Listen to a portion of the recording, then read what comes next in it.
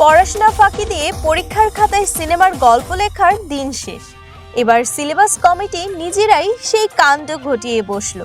সালমান খান আর ঐশ্বরিয়া রায়ের 1999 সালের ব্লকবাস্টার ছবি হাম দিল দে চুকে সানামের সেই বিখ্যাত গান নিমুরা নিমুরা গানটি এবার সোজা ঢুকে গেছে ভারতের উড়িষ্যা রাজ্যের পঞ্চম শ্রেণীর ইংরেজি পাঠ্য বইয়ে।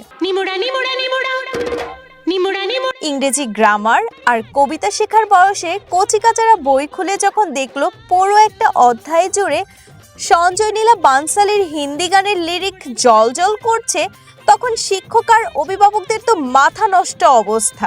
বইয়ের সেই পাতার ছবি সোশ্যাল মিডিয়ায় আসতেই উড়িষ্যার শিক্ষা বিভাগের উপর দিয়ে যেন সুনামি বয়ে গেল। শিক্ষাবিদদের মাথায় একটাই প্রশ্ন ঘুরছে, প্রুফরিডার আর এডিটর সাহেবরা কি ঘুমিয়ে ঘুমিয়ে বই চেক করছিলেন, নাকি ওনারাও ঐশ্বরিয়ার নাচের তালে তালে মজেছিলেন?